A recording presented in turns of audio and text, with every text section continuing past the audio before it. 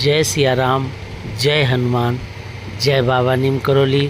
दोस्तों, एक बार फिर से आपके अपने इस चैनल पर स्वागत है। आइए एक छोटी सी कहानी के माध्यम से बाबा नीम करौली के प्रेम और सेवा की कहानी के बारे में और उनकी शिक्षाओं को आपके सामने रखते हैं।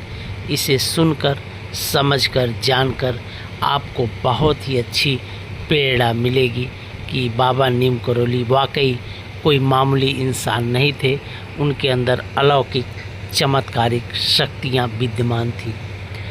बाबा नीम करौली महाराज हिमालय की शांत पहाड़ियों में, जहाँ हवा में देवदार के पेड़ों की खुशबू और वातावरण में आध्यात्मिक शांति महसूस होती है, वहीं एक महान संत का नाम आज भी श्रद्धा से लिया जाता है, बाबा नीम करौली महाराज। बाबा नीम करौली महाराज को लोग प्रेम से महाराज जी भी कहते थे। उनके जीवन के बारे में अनेक भक्तों ने अपने अनुभव बताए हैं। वे बहुत सरल जीवन जीते थे और लोगों को प्रेम, सेवा और ईश्वर भक्ति का संदेश देते थे। कहा जाता है कि बाबा का जन्म उत्तर प्रदेश के अकबरपुर क्षेत्र में हुआ था।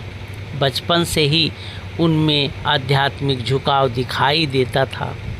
आगे चलकर उन्होंने अपना जीवन साधना और लोगों की सेवा में लगा दिया।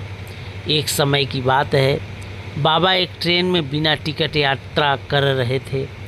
जब ट्रेन नीम करौली नामक स्थान के पास पहुंची तो अधिकारियों ने उन्हें ट्रेन से उतार दिया। बाबा एक पेड़ के नीचे बैठ गए, लेकिन उनके उतरने के बाद ट्रेन आगे नहीं बढ़ी।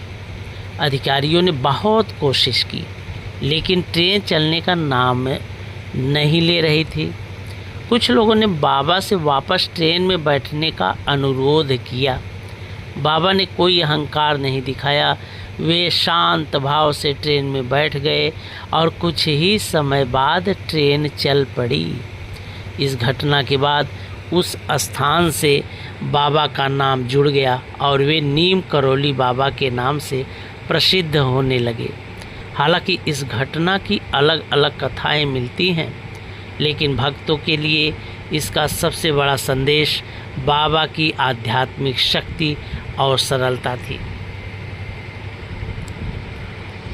बाबा के पास अमीर, गरीब, बड़े, छोटे हर तरह के लोग आते थे। वे किसी से भेदभाव नहीं करते थे। उनकी सबसे बड़ी शिक्षा थी, सबसे प्रेम करो, सबकी सेवा करो और ईश्वर को याद रखो। बाबा अक्सर अपने भक्तों को समझाते थे कि केवल पूजा करना ही पर्याप्त नहीं है। अगर हमारे सामने कोई भूखा व्यक्ति है और हम उसकी मदद कर सकते हैं, तो उसकी सेवा करना भी भगवान की सेवा है। इसी भावना से बाबा के आश्रमों में भोजन और सेवा की परंपरा विकसित हुई। उनके भक्त आज भी ज़रूरतमंद लोगों की सहायता करने को आध्यात्मिक जीवन का महत्वपूर्ण हिस्सा मानते हैं। बाबा का व्यक्तित्व बहुत रहस्यमय भी माना जाता था।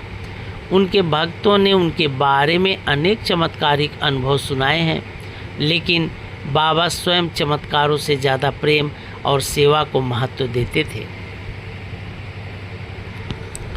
एक बार एक भक्त बहुत परेशान होकर बाबा के पास आया।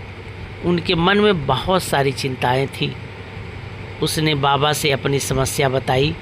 बाबा ने उसकी बात ध्यान से सुनी और बस इतना कहा, चिंता मत करो, भगवान पर विश्वास रखो। बाबा के शब्द बहुत छोटे थे, लेकिन भक्त के मन को गहरी शांति मिली। यही बाबा की खासियत थी। वे लंबे भाषण नहीं देते थे। कभी कभी कुछ शब्दों में ही ऐसी बात कह देते थे जो जीवन भर याद रह जाती थी। बाबा के जीवन से प्रभावित होकर भारत और विदेशों से भी अनेक लोग उनसे मिलने आए। उनके भक्तों में वैज्ञानिक, लेखक, कलाकार और सामान्य लोग सभी शामिल थे। उनसे प्रभावित लोगों में प्रसिद्ध आध्यात्मिक शिक्षक रामदास भी थे, जिन्होंने बाबा के साथ अपने अनुभव के बारे में लिखा। बाबा की शिक्षाएं भारत से बाहर भी प्रेम, सेवा और आध्यात्मिकता का संदेश पहुंचाने में सहायक बनी। बाबा नीम करोली महाराज ने अपना शरीर 1973 में त्याग दिया, लेकिन उनकी शिक्षाएं आज भी उनके भक्तों के बीच जीवित हैं। उनकी कहानी हमें यह सिखाती है कि महान बनने के लिए हमेशा धन, प्रसिद्धि या शक्ति की ज़रूरत नहीं होती। कभी कभी एक इंसान की सबसे बड़ी ताकत उसका प्रेम, उसकी सेवा और उसका दूसरों के प्रति करुणा भरा व्यवहार होता है। अगर हम बाबा की शिक्षाओं को अपने जीवन में अपनाना चाहते हैं तो हमें 3 बातें याद रखनी चाहिए। सबसे प्रेम करो, सबकी सेवा करो, ईश्वर को याद रखो। शायद यही बाबा नीम करोली महाराज की सबसे सरल और सबसे गहरी सीख थी। यही कारण है कि वर्षों बाद भी लोग उन्हें श्रद्धा से याद करते हैं और उनके आश्रमों में जाकर शांति और आध्यात्मिक प्रेरणा खोजते हैं। जय श्री राम, जय हनुमान, जय बाबा नीम करोली। अपना आशीर्वाद अपने भक्तों के ऊपर ऐसे ही बनाए रखिएगा। जय बाबा नीम करोली।